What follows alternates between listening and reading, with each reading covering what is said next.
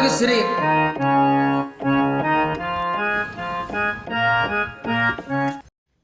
ಇದು ಇತಿಹಾಸವಲ್ಲ,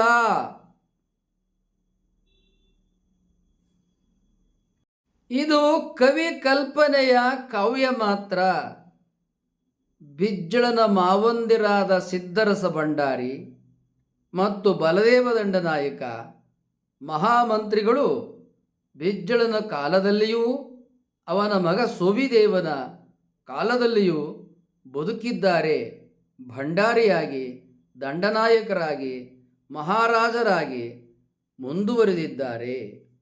ಇವರುಗಳು ಹಾಕಿಸಿರುವ 10 ಶಾಸನಗಳು ಸಿಕ್ಕಿವೆ. ಇಬ್ಬರೂ ಮಾವಂದಿರು ಕಾಲವಾಗದೇ ಇರುವುದರಿಂದ ಬಸವಣ್ಣನವರು ಮಂತ್ರಿಯಾದರು ಎಂಬ ಕತೆ ಬಿದ್ದು ಹೋಗುತ್ತದೆ. ಬಸವಣ್ಣನವರು ಮಂತ್ರಿಯೇ ಆಗಿಲ್ಲ, ಅವರು ಕೇವಲ ಕರ್ಣಿಕರಾಗಿಯೇ ಇದ್ದರು. ಅದು ಕಲ್ಯಾಣದಲ್ಲಿ ಅಲ್ಲ.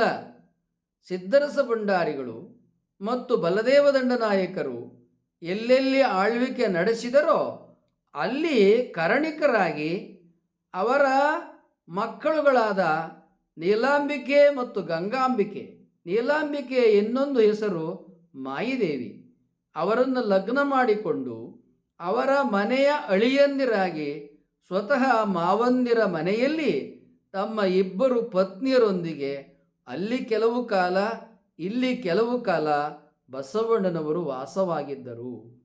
ಬಸವಣ್ಣನವರು ತಮ್ಮ ಜೀವಿತಾವಧಿ ಪರ್ಯಂತರವಾಗಿ ಕರ್ಣಿಕರಾಗಿಯೇ ಇದ್ದರು. ಅವರು ಮಂತ್ರಿಗಳಾಗಿರಲಿಲ್ಲ.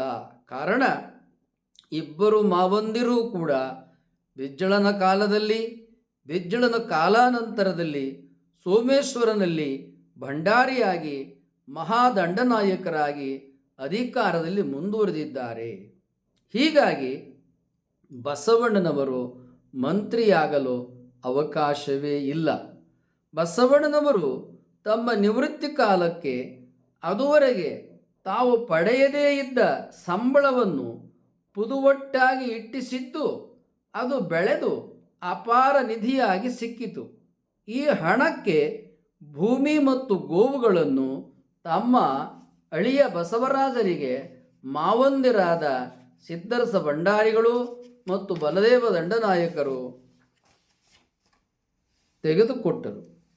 ಬಸವಣ್ಣನವರು ಬೇಸಾಯ, ಪಶುಪಾಲನೆ, ಶಿವಭಕ್ತಿ, ಶಿವಾನುಭಾವ, ದಾಸೋಹದ ಬದುಕಿಗೆ ತಮ್ಮನ್ನು ಕೊಟ್ಟುಕೊಂಡರು. ಬಸವಣ್ಣನವರು ಮತ್ತೆ ಕೂಡಲ ಸಂಗಮಕ್ಕೆ ಬರುವ ಪ್ರಮೇಯ ಅವರ ಜೀವನದಲ್ಲಿ ಬರಲಿಲ್ಲ. ಅವರು ಕಲ್ಯಾಣದಲ್ಲಿಯೇ ಶತಮಾನಗಳ ಕಾಲ ಬದುಕಿದ್ದರು. ಇದು ಬಸವಣ್ಣನವರ ಕತೆ. ಇದು ಶಾಸನಗಳನ್ನು ಆಧರಿಸಿದ ಬಸವಣ್ಣನವರ ಜೀವಿತಾವಧಿಯ ಕತೆ. ನೀವು ನಮಗೆ ಮೌಲಿಕವಾದ ಸಬ್ಸ್ಕ್ರೈಬರ್, ವ್ಯಾಲ್ಯುಬಲ್ ಸಬ್ಸ್ಕ್ರೈಬರ್. ನೀವಾಗಲೇ ಸಬ್ಸ್ಕ್ರೈಬ್ ಮಾಡಿರ್ಬೋದು. ಮಾಡಿಲ್ಲದೆ ಹೋದರೆ ಸಬ್ಸ್ಕ್ರೈಬ್ ಮಾಡಿ, ಲೈಕ್ ಮಾಡಿ. ಅಲ್ಲಿ ಬೆಲ್ ಬಟನ್ ಬರುತ್ತೆ, ಬೆಲ್ ಬಟನನ್ನು ಒತ್ತಿ. ನಿಮ್ಮ ವಾಟ್ಸಪ್ಪಲ್ಲಿ ಅನೇಕರ ನಂಬರ್ಗಳಿರುತ್ತೆ.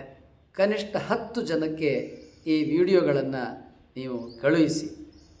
ಹಲ್ಲು ನೋವು, ಹುಳುಕು ಹಲ್ಲು, ಹಲ್ಲು ಒಸಡಿನಲ್ಲಿ ರಕ್ತಸ್ರಾವ ಗುಣವಾಗಲು ಶಿವ ದಂತಕಾಂತಿಯನ್ನು ಉಪಯೋಗಿಸಿರಿ.